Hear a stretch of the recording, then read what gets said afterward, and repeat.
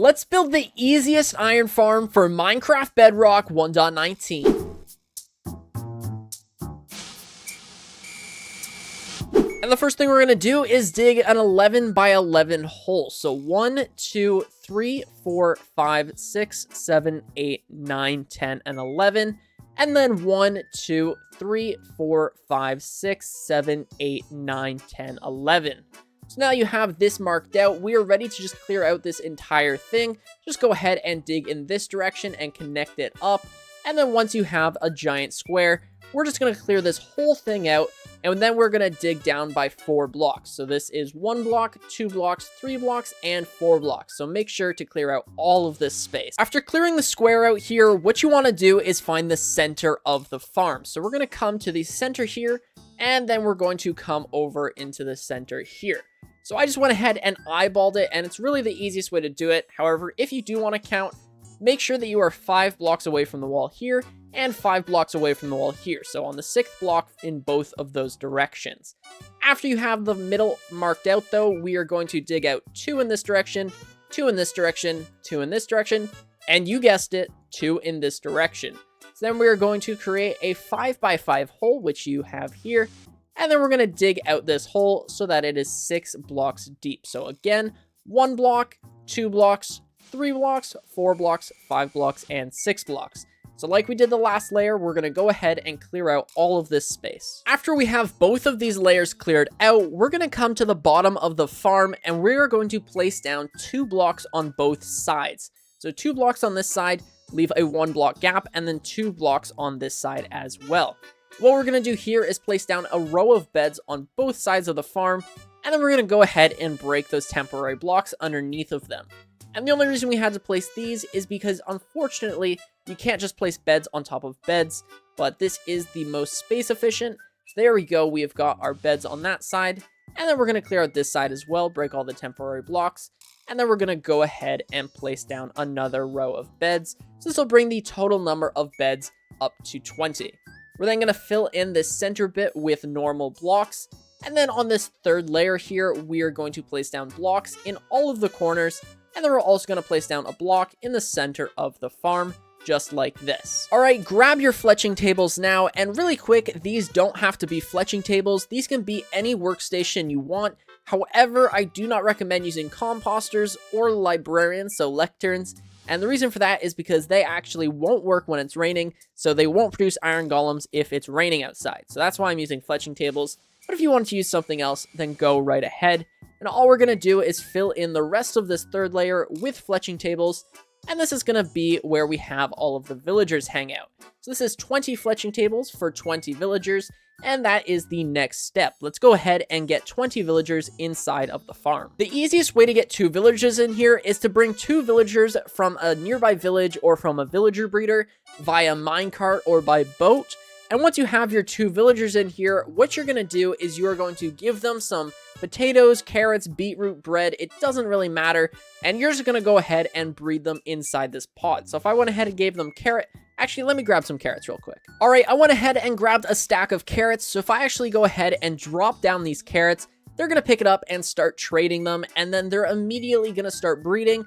And this is going to be the way that we get all of the villagers in here. So we can just let them do their thing, AFK for a little bit.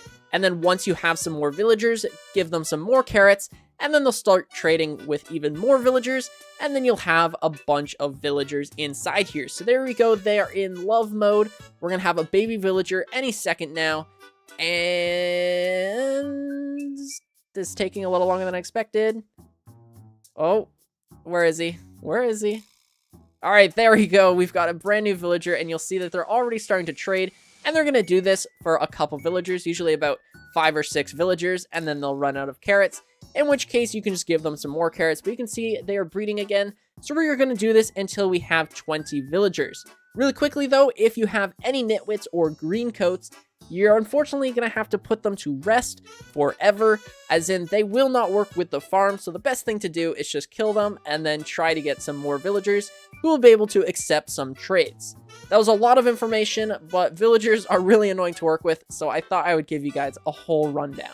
Once you have your 20 villagers in here, you should start noticing that there will be some iron golems spawning. So we already have one in here. We've got a couple cats. But one thing you want to make sure you do is to place down a torch right here, because if not, you could have a zombie spawn, and then they would obviously turn all of these villagers into zombified villagers. So make sure you have that torch, and then we're just going to go ahead and cover them up with a bunch of blocks so that they don't end up getting drowned by the water we're about to place.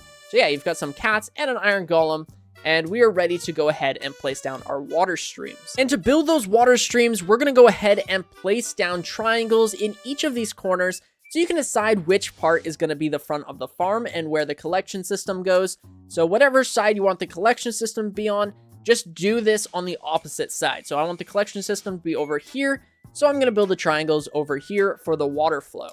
So we're going to place down 7 blocks, so 1, 2, 3, 4, 5, 6, 7. So we're going to have a bunch of little things in the way, cats, iron golems, and then we're just going to go ahead and create a triangle. So this is going to be 7 blocks, and then it's going to come over here. You might notice that there's going to be a little bit of overlap, and that is perfectly okay. So 2, 3, 4.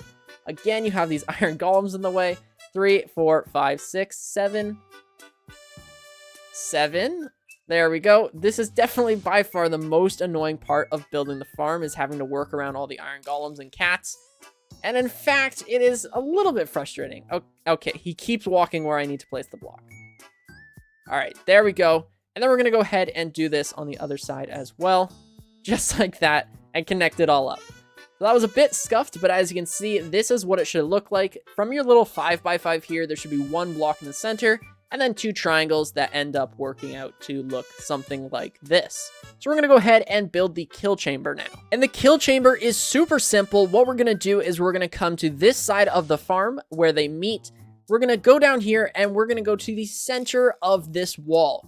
We're going to go ahead and place down a campfire, and then we're going to break these 4 blocks and place down hoppers. So we're going to run a hopper into that block, and then 3 hoppers running into those hoppers right there.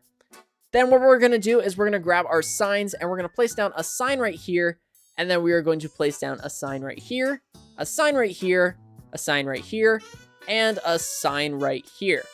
We're then going to grab our lava bucket and go ahead and place down a lava bucket right there. And now we can go ahead and place down the water bucket in each corner, and this is going to go ahead and push everything into the lava. Now because we have, oh my god, I didn't realize how many cats we had.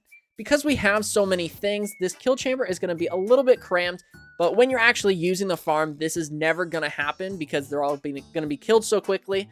But yeah, this is what we're going to do. All of these cats are going to die, all these iron golems are going to die, and then the farm is no longer going to be clogged, and we are going to have a much steadier speed of things going into the kill chamber. Wow, that was a mouthful.